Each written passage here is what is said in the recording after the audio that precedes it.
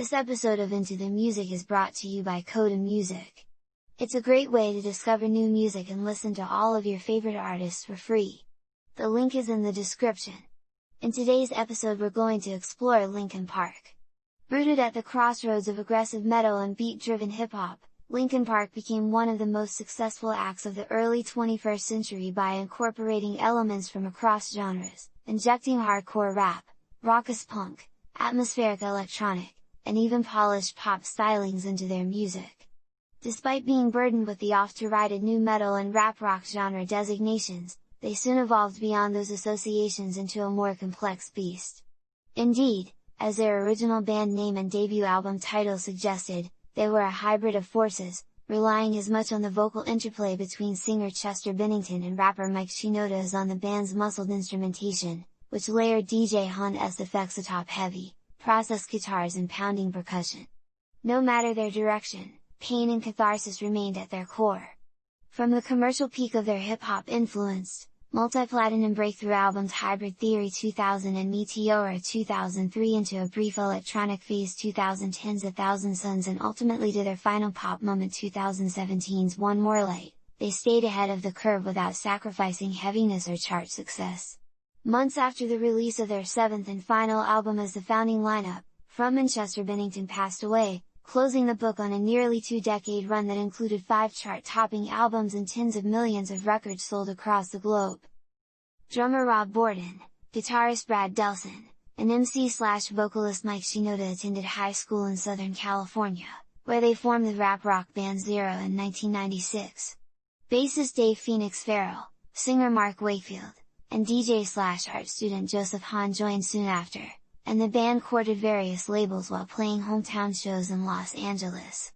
Few companies expressed interest in Zero's self-titled demo tape, however, prompting Wakefield to leave the lineup. He would later resurface as the manager for Taproot. When replacement singer Chester Bennington climbed aboard in 1998, sharing vocal duties with Shinoda in what would become a crucial part of their signature sound, they rebranded as Hybrid Theory and issued an eponymous EP. Still struggling to find an audience, they finally caught the attention of Warner Brothers and chose a new name, Linkin Park, a misspelled reference to Linkin Park in Santa Monica.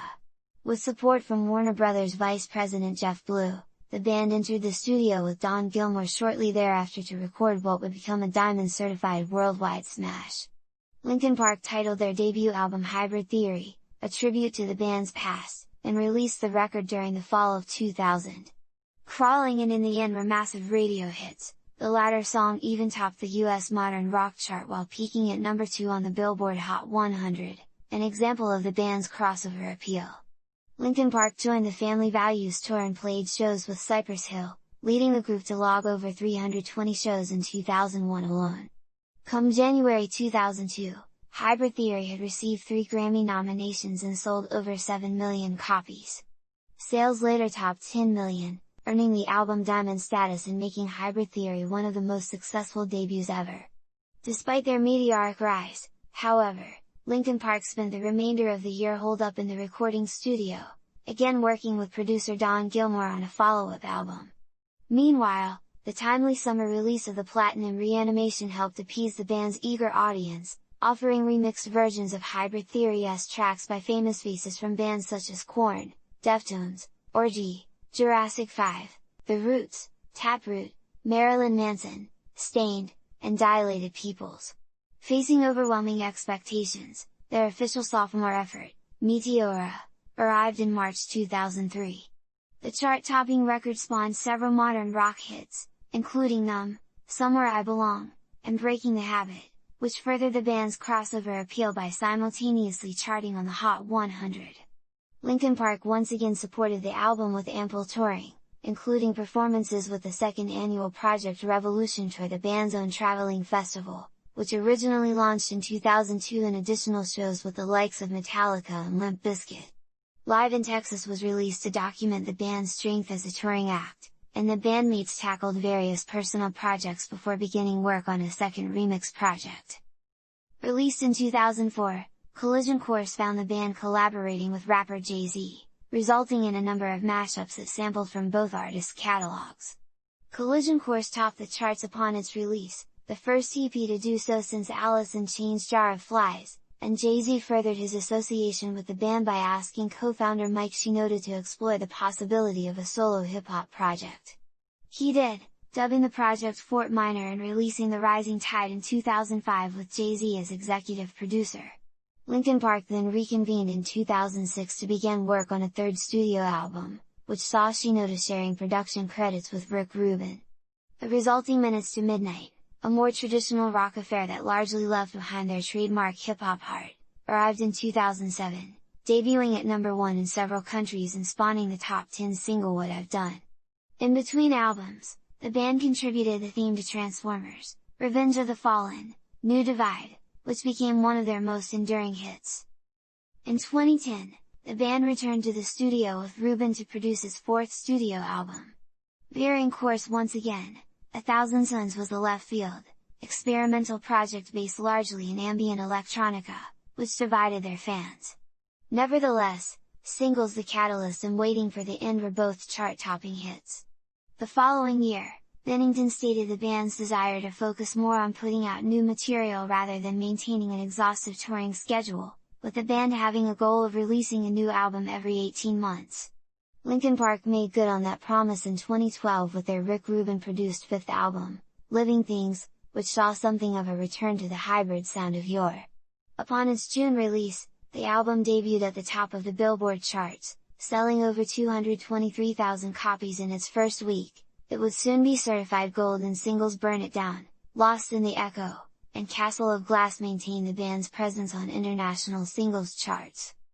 As Linkin Park began work on their sixth studio album in the spring of 2013, Bennington announced that he was replacing Scott Weiland as the lead vocalist of Stone Temple Pilots. He was not leaving Linkin Park, but instead planned to be in both groups simultaneously.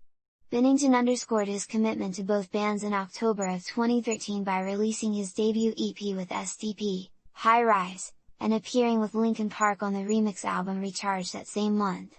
The latter album's lead single, A Light That Never Comes, recorded in collaboration with DJ Steve Aoki, was a worldwide club hit. Another Aoki collaboration, Darker Than Blood, featured on the DJ's Neon Future 2 and entered the top 50 in both Billboard dance and electronic charts. In June 2014, Linkin Park unveiled The Hunting Party, their sixth effort. The album, produced by the band members themselves, was inspired by the punk, metal, and hardcore they had listened to as teens. The resulting collection was loud, raw, and heavy, featuring guest appearances by Tom Morello, System of a Down's Darren Malakian, Helmet S. Page Hamilton, and hip-hop legend Rakim.